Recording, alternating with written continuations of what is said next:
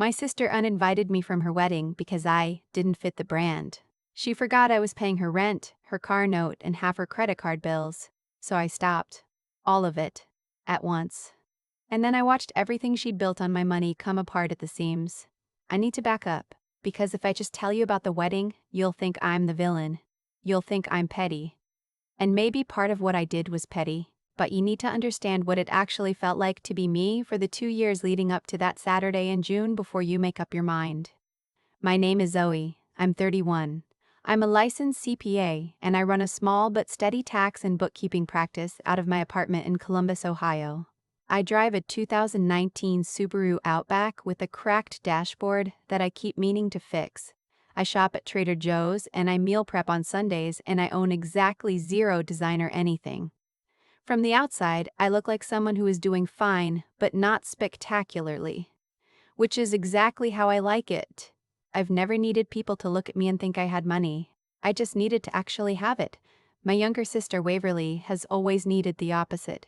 Waverly is 28. She's stunning in the way that makes people assume life is easier for her than it actually is. Long auburn hair, wide green eyes, a laugh that fills a room. She's the kind of person strangers approach at bars just to tell her she should be a model. Growing up, she was the social one. I was the one in the corner with a book. I adored her the way you adore something that you could never quite be yourself. When our parents retired to Scottsdale 3 years ago, Waverly stayed in Columbus. So did I. And slowly, without either of us formally deciding anything, I became the person she called when things went sideways. Which, with Waverly, was often. The first time I bailed her out, it was her student loans going into default. $12,000. She'd been working as a social media coordinator for a boutique fitness brand and spending more than she made, which was a pattern I didn't fully recognize yet. I paid the $12,000 and told myself it was a loan.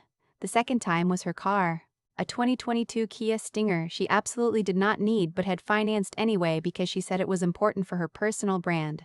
She was behind on 3 payments and panicking.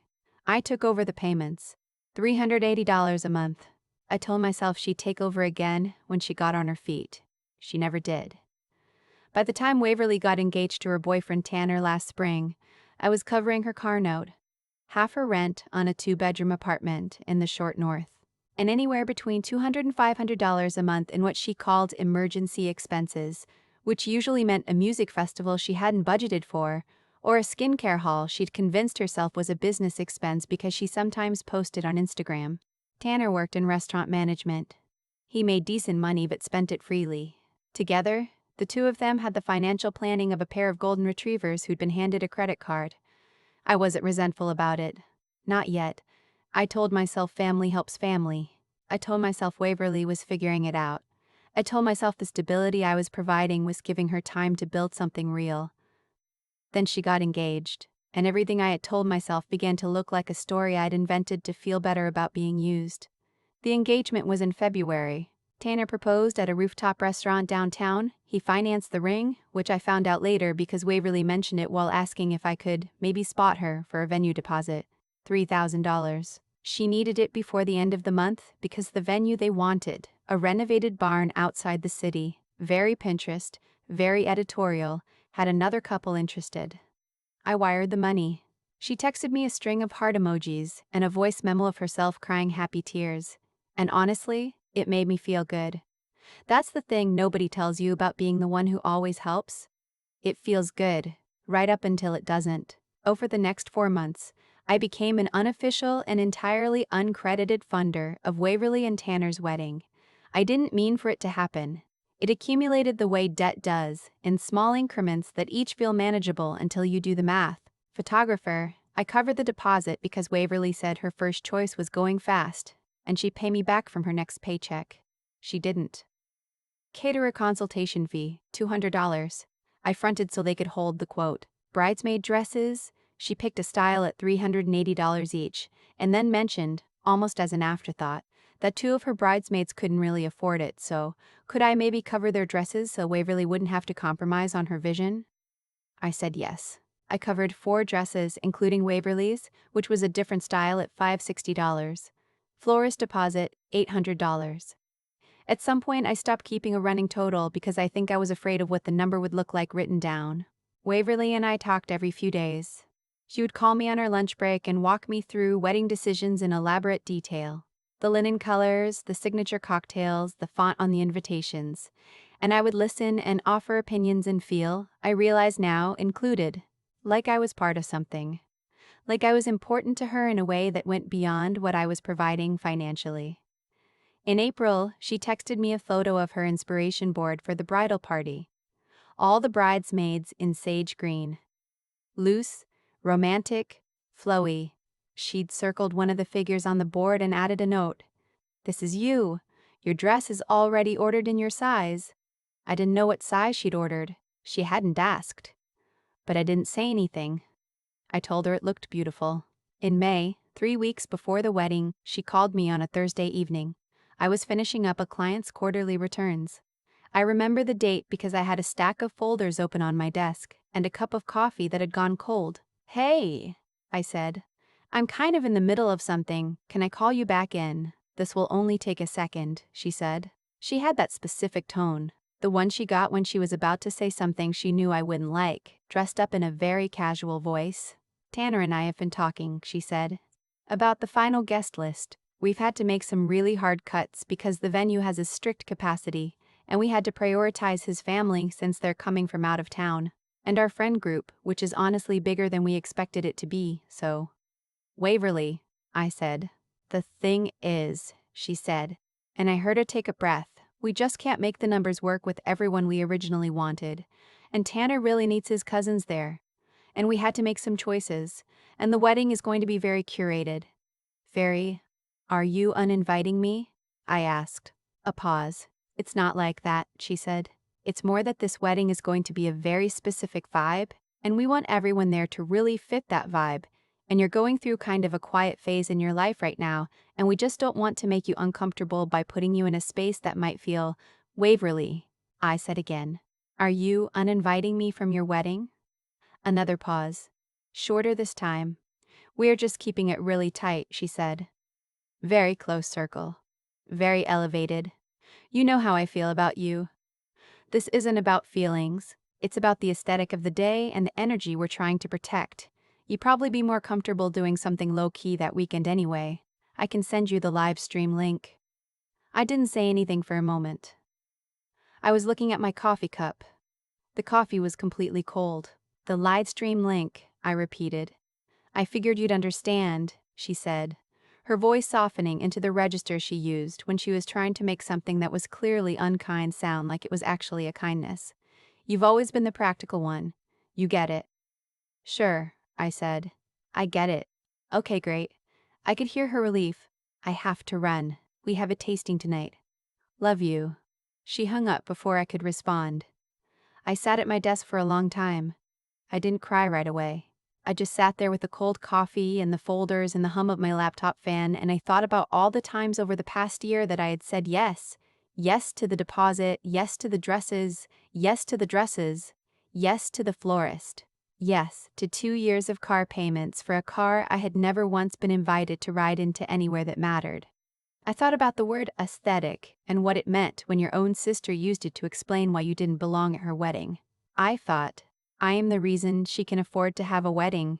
Then I thought, she knows that. Then I thought, and she did it anyway. The grief was the first thing, not anger. Grief. I had spent 2 years believing that the financial support I gave Waverly was woven into a relationship that was real. That the closeness I felt when she called me on her lunch breaks was genuine. That I was her sister in all the ways that counted. And sitting there in my apartment, I understood, with the particular clarity that only comes after something finally breaks open, that I had been confused about what I was to her. I wasn't her sister. I was her bank with a sibling discount. The anger came later, around 11 o'clock, when I was in bed trying to sleep. It came in hot and fast and surprisingly clean. And when it arrived, I didn't try to talk myself out of it. I sat up. I opened my banking app. I went to my scheduled transfers. Waverly's car note, $380 a month. Autopay set up in my name on her behalf because, 2 years ago, she'd said it would be easier, just for a little while. I canceled it. Her rent contribution. I had a standing Venmo payment set up, $800 on the first of every month, which she told Tanner was money from a gig she did occasionally. I canceled it. Her emergency fund. $250 a month I'd set to transfer automatically because she'd called it overwhelming to have to ask each time. I canceled it.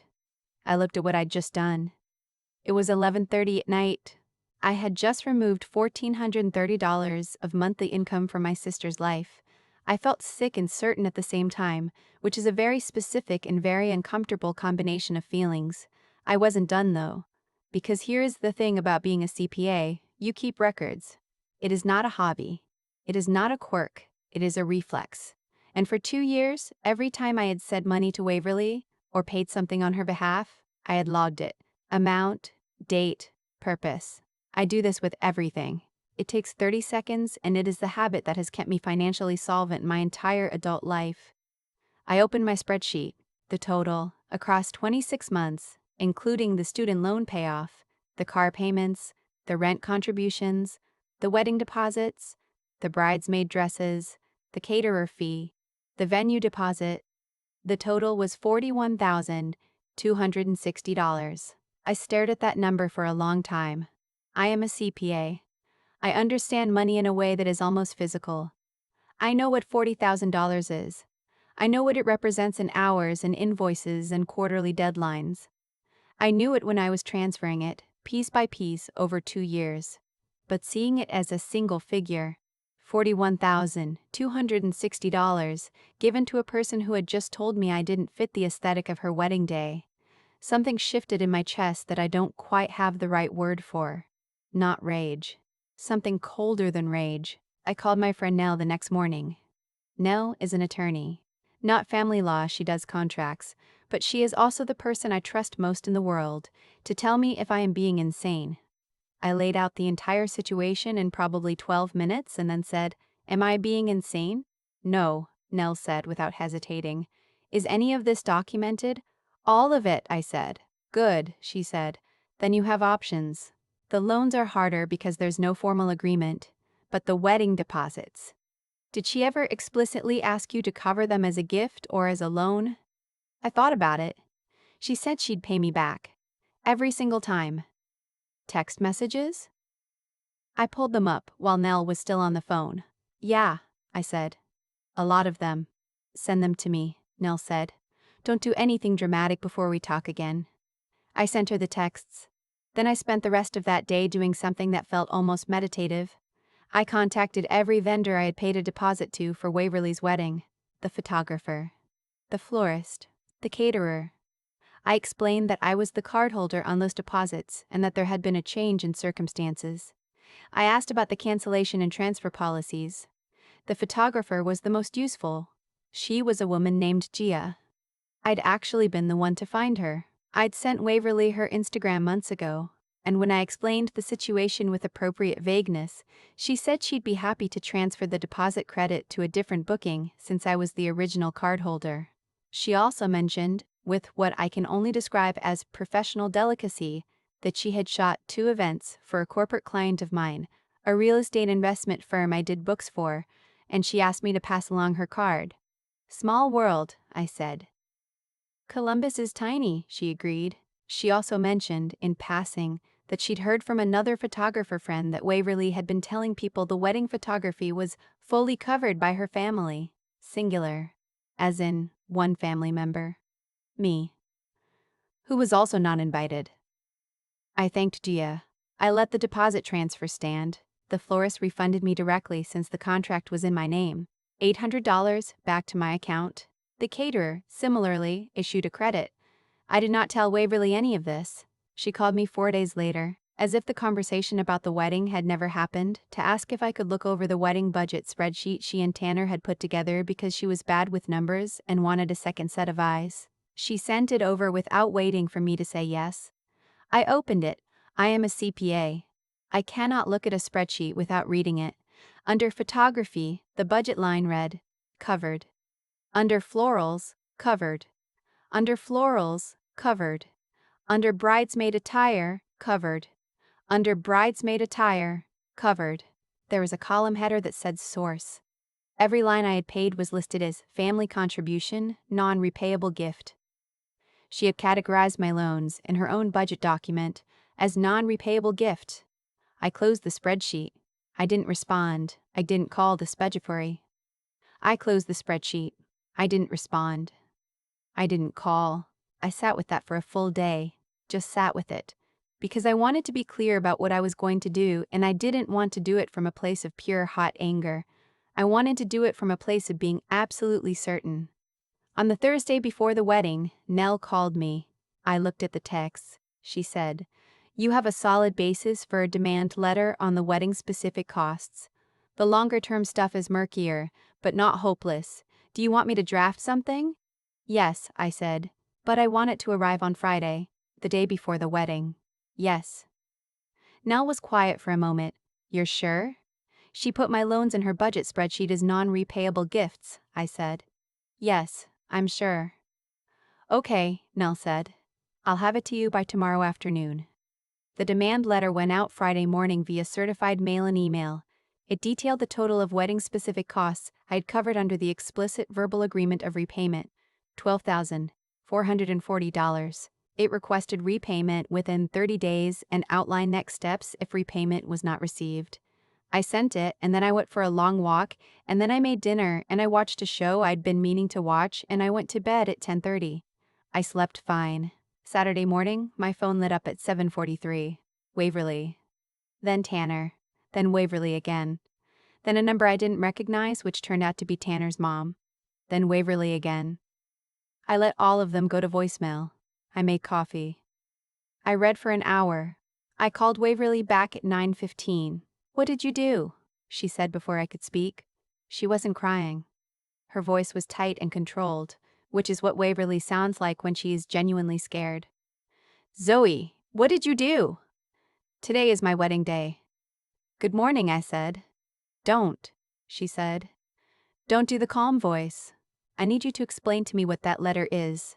"It's a demand for repayment," I said, "of money I lent you, that you categorized in your own budget spreadsheet as non-repayable gifts, which I saw when you sent it to me on Tuesday." A sharp intake of breath. She hadn't expected me to have seen that. That was for organizational purposes? That's not what we agreed. "What did we agree, Waverly?" "You said you'd help me," she said. "You said you wanted to help me." "I did want to help me. I did want to help you," I said. "And then you told me I didn't fit the aesthetic of your wedding." "That had nothing to do with the money." Her voice cracked for the first time. "Those are completely separate things, are they?" I said. "Because I've been thinking about it all week, and I think the reason you felt comfortable telling me I didn't fit your aesthetic is exactly because you knew the money was still coming. You knew I wouldn't do anything." "I always say yes." "I have been saying yes for 2 years. So why would this be different?" She was quiet. "The car note is canceled," I said. "The rent transfer is canceled. Everything is canceled. And the wedding vendors, the photographer, the florist, the caterer, I was the cardholder on those deposits, so I've handled those." "What does that mean, you've handled them?" Her voice was very still now. Very careful. "Call them," I said. "They can explain." I heard her say something to Tanner in the background, muffled, and then I heard him say something back in a low voice. Then she came back to the phone. "The photographer," she said. "Did you cancel her?" "The deposit credit was transferred," I said, "since I was the cardholder." The sound she made was not quite a cry and not quite a scream. It was something in between. "Zoe," she said, and now her voice broke fully. "And I want to be honest with you here. It hurt to hear. It hurt to hear, even then, even after everything, because she was still my sister and I had spent 31 years loving her. And that doesn't just turn off. You can't do this. My wedding is today. I have 120 people coming. I have Tanner's whole family flying in. You cannot do this to me." "I didn't do this to you," I said, and I kept my voice as steady as I could. "You've been doing this for 2 years. I just stopped letting you." She hung up. I sat with the silent phone in my hand and I let myself feel all of it. The guilt, the grief, the anger, the relief. All at once, without trying to sort it into the correct category. It all belonged there. None of it canceled the rest of it out. Then I got up, got dressed, and drove to the venue. I need to explain that because I know how it looks. I was not invited. I had just, from her perspective, detonated a bomb on her wedding morning. Showing up at the venue was not a neutral act. I knew that. But I had a card in my bag. Inside the card was a check. Not for the demand letter amount, not for any of the money I was owed, just a personal check for $500, and a note that said, "For whatever comes next. Not alone. Love always, Zoe." I was going to leave it with the venue coordinator without going inside. That was the plan. I needed her to know that even in the middle of all of this, I wasn't trying to destroy her. I was trying to stop being destroyed. I parked down the road from the barn. It was just past noon. Cars were already lined up along the gravel drive. I could see people in cocktail attire picking their way across the lawn in heels. The barn was genuinely beautiful. Exposed wood, white flowers, fairy lights strung from the eaves even in daylight. I tipped the card out of my bag and walked toward the entrance. Before I reached the door, I nearly collided with a woman coming out. Tall, mid-50s, professional posture, clipboard. She looked at me and then looked at my outfit. I was wearing slacks and a blouse, underdressed for a wedding, and said, "Are you with the vendor team?" "No," I said. "I'm the bride's sister. I'm just dropping something off." The woman's expression shifted. "Oh," she said. "You're Zoe." I blinked. "Yes. I'm Renata," she said. "I'm a guest. I actually know your name because Gia mentioned you." She paused. "I'm the managing partner at Alderton Group. Gia shoots our company events." I stared at her for a moment. The Alderton Group, commercial real estate. I had been trying to get a meeting with someone there for 8 months. "I handle the books for 2 firms in your space," I said, "because I am professionally incapable of not being a CPA even in the middle of a personal crisis." She smiled slightly. "I know. Gia told me. She said you were the most organized cardholder she'd ever dealt with, and that her session with you on the phone was more professional than most vendor calls she takes." Renata reached into her clutch and produced a card. "I was going to ask Gia to connect us, but since you're here." I took the card. I looked at it. I looked at the barn. Through the wooden doors, I could hear the faint sound of a string quartet playing something that I think was Pachel Bell, and somewhere beyond that, I could hear what I can only describe as organizational chaos. Voices in an urgent register. Someone saying, "But she confirmed the full package," and someone else saying, "The credit transfer was processed yesterday." "Are you going in?" Renata asked. "I was just dropping something off," I said. "Ah," she said. She looked at me for a moment with the particular expression of a person who has seen a lot of business situations and can recognize one in any context. "Good luck," she said, and walked toward the parking area. I left the card with the venue coordinator, who took it without comment and with the specific blank expression of someone who had already absorbed several pieces of bad news that morning and had run out of reactions. I walked back to my car. I sat there for a few minutes. I could still hear the string quartet, distant and thin through my closed windows. I thought about Waverly in her dress. I thought about her standing at the front of that barn full of people she'd curated and wondering whether there was a photographer or whether she was about to find out in real time. There was a photographer. I want to be clear about that. Gia's deposit transfer had gone to a different booking, but Waverly had found another photographer. I found this out from her mother, who called me that evening. "Your father and I are on a plane home," she said. Not hello. Not how are you. Just that, Waverly. Called us this morning in hysterics. We rearranged our whole weekend. Zoe, what happened? She uninvited me from her wedding, I said. And she categorized $40,000 worth of my money as non-repayable gifts. A very long pause. $40,000, my mother repeated. Over 2 years, I said. I have receipts. Literally. Another pause. Then quietly, she never told us she was struggling that much. She wasn't struggling, I said. She was spending beyond her means and I was covering the gap. My mother was quiet for a long time after that, long enough that I started to wonder if the call had dropped. "I need to talk to your father," she finally said. "And then I need to talk to Waverly. And then I would very much like to talk to you if that's all right." "Of course," I said. She called back 2 days later. She said she and my father had sat down with Waverly and that Waverly had confirmed, after some initial resistance, that the numbers I'd given them were accurate. She said my father had spent a significant portion of the conversation not speaking, which is how he handles things that disturb him deeply. She said Waverly had cried for a long time. She did not ask me to withdraw the demand letter. She did not tell me I'd overreacted. She said, "I think you needed to do what you did.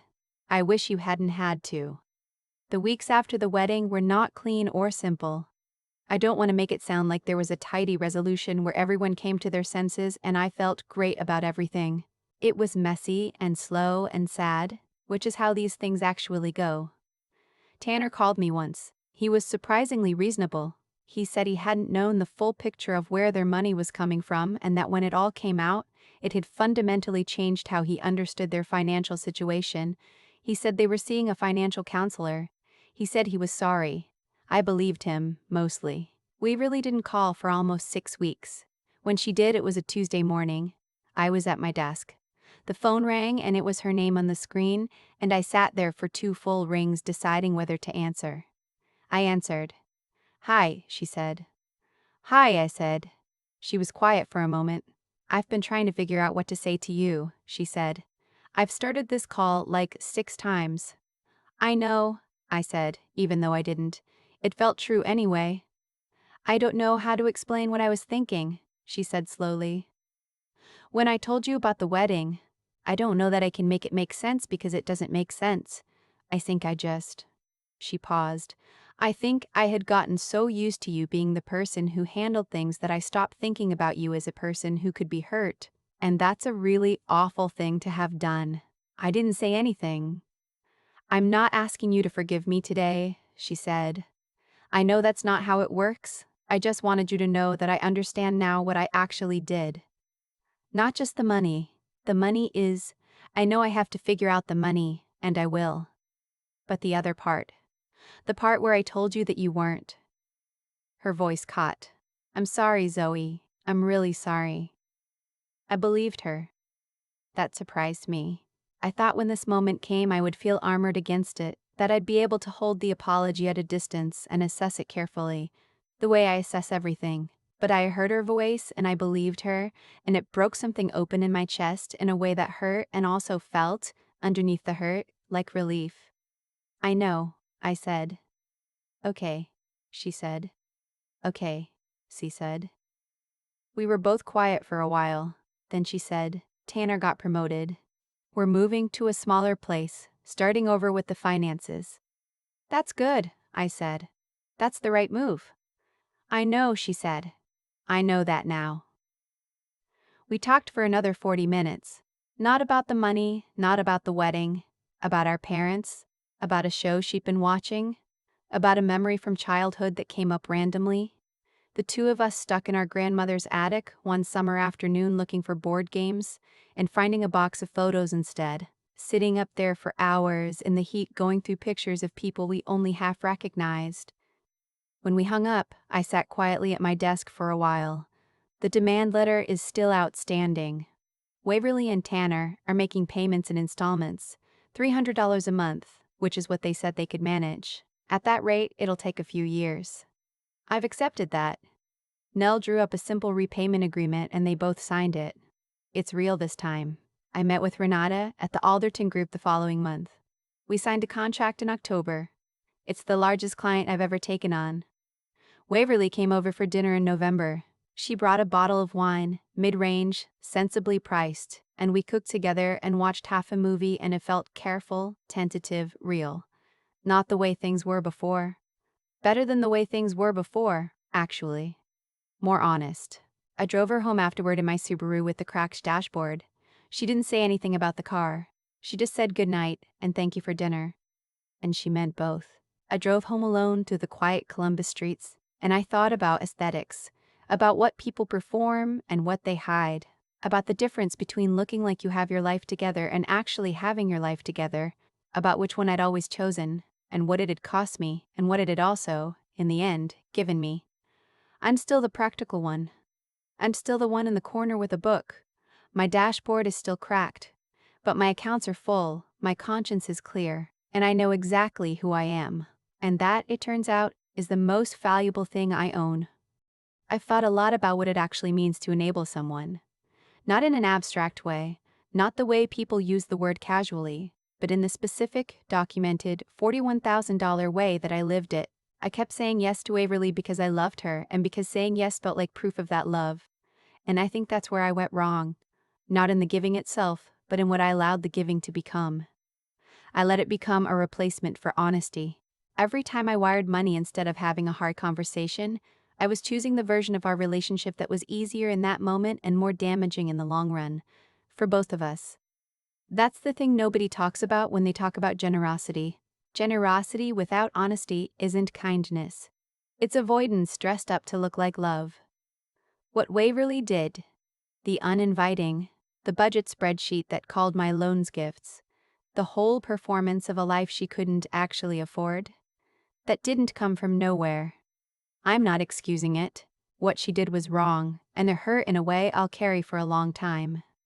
But I also know that I made it easier for her to keep doing it by never making the cost visible. She didn't have to think about what she was spending because I handled it quietly.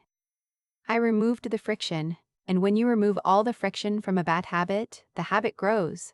The moment I stopped was the moment things could actually start to change. Not because the canceled transfers punished her, though I won't pretend there wasn't some part of me that was angry enough to want exactly that, but because reality, once you stop paying to keep it away, has a way of showing up anyway, and when it shows up on your own terms, rather than in a slow collapse, there's at least a chance to meet it with some dignity. I think about the demand letter arriving on her wedding morning, and I don't feel proud of the timing. I feel like it was the only way I could think of to make her understand that this was real, that I was real, that what I'd given wasn't just background noise in her life that she could adjust without consequence. What I've come to understand, and this took months, not days, is that real strength isn't loudness. It isn't the legal letter or the canceled payments, though both were necessary. Real strength is the part that came before all of that. The willingness to finally look clearly at a situation you've been deliberately not looking at, and decide you deserve better than what you've been accepting. Waverly is paying me back $300 a month. That number matters less to me now than the conversation we had in November. Standing in my kitchen, both of us a little awkward, both of us trying. That conversation could not have happened while I was still funding the version of her life that had no room for honesty in it. I still drive the Subaru with the cracked dashboard. I still shop at Trader Joe's. My name is not on anything that impresses anyone at a party, and I have never in my life felt more like myself than I do right now. Sitting at my desk, doing work I'm good at, with accounts that are full and a conscience that is clear. That's what I want for you, whoever you are. If any part of this story sounds familiar. Not revenge, not a dramatic confrontation. Just the quiet, non-negotiable decision to stop making yourself smaller so that someone else can perform being larger. You are allowed to take up space. You are allowed to say, this is what I have given, and I will not be invisible for it. That's not cruelty. That's just finally telling the truth.